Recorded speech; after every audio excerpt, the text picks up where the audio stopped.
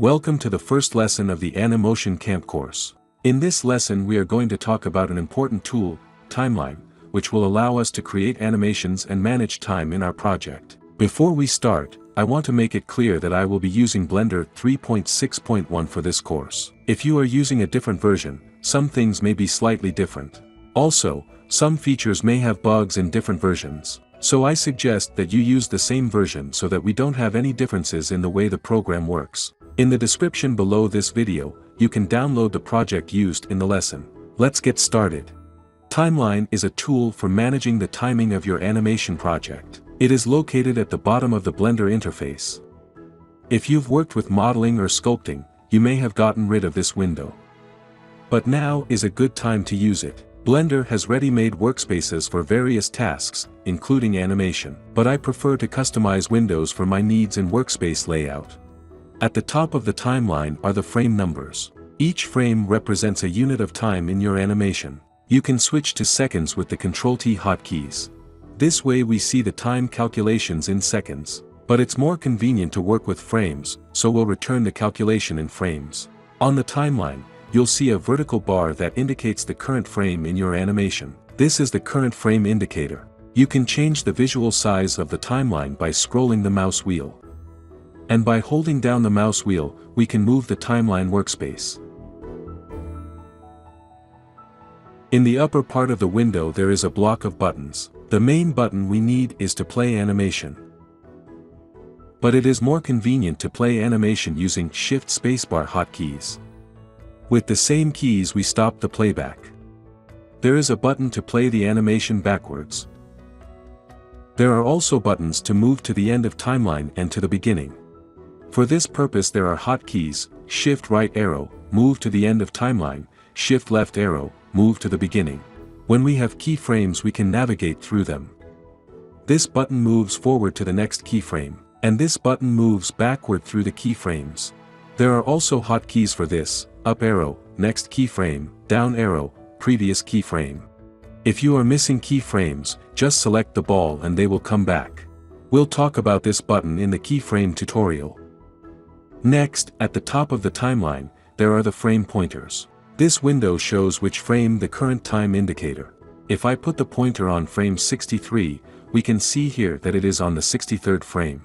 To quickly get to the desired frame without moving the current time indicator or expanding the timeline to find the desired frame, we can simply point to 47 enter in this window and the pointer will move to the 47th frame. The start window sets the beginning frame of the timeline. In the end window, the last frame of the timeline. If we need an animation of, let's say, 60 frames, we can enter 60 in this window and we will see that the active area of the timeline is reduced to 60 frames. Conversely, we can lengthen the active area of the timeline by entering, for example, 300. The same settings can be made in the output window. Here we can also set the frames where the active timeline area will start and end. There are also frame rate settings. FPS is a measure of the number of frames played in 1 second of animation. Choosing the right FPS value can have a significant impact on the perception of the animation. When creating an animation in Blender, you have to choose how many frames per second your project will contain.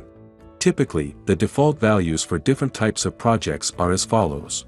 24 FPS, this is the default for most animations and movies. It provides sufficient smoothness of motion and is considered natural to the human eye. 30 FPS, this is good for web animation, computer games, and other projects where smooth motion is important. 60 FPS, used in computer games and virtual reality to create very smooth and realistic movements.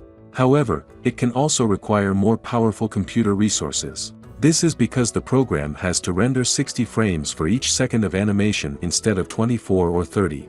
Now you can clearly see the difference between FPS 24, FPS 30, and FPS 60 frames. The FPS value affects the smoothness of the motion in your animation.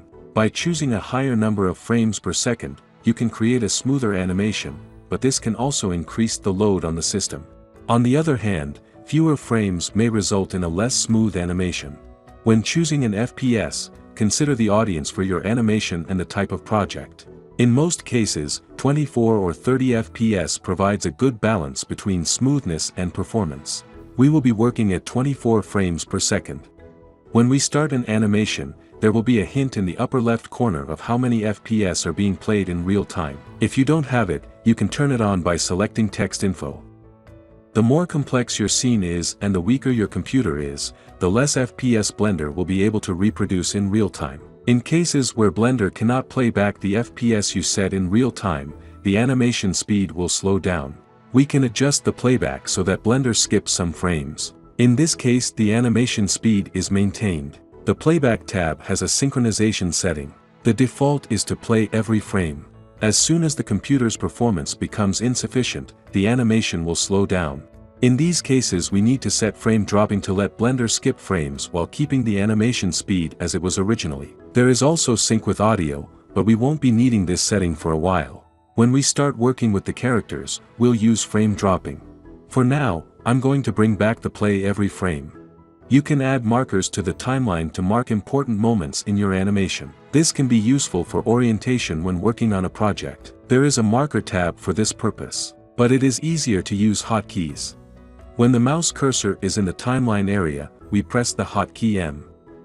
If we press M outside the timeline area, its value will be different. So while on the timeline, I press M and place a marker. This marker can be renamed. To do so, select the marker, go to the Marker tab and rename it. Or move the cursor to the lower area of the timeline where the marker is located, select it and press the F2 hotkey. We can rename the marker. As I said, this way we can mark key phases for animation and know that the action phase we want is on a particular frame.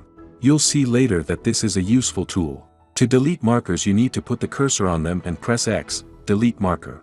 And again, X, delete. These are the main things you need to know about the timeline at this point.